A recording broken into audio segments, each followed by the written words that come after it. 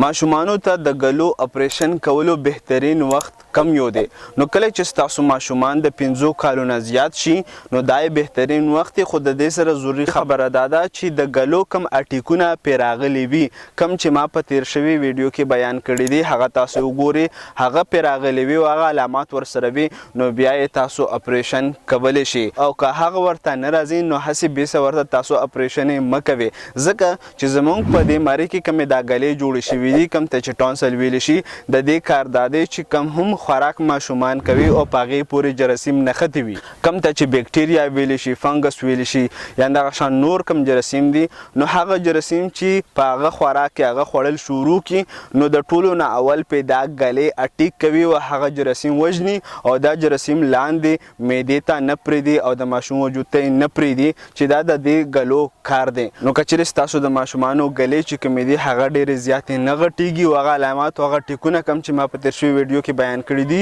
هغه پې نه راځي نو هسې بیسې تاسو ورته اپریشنې مه کوئ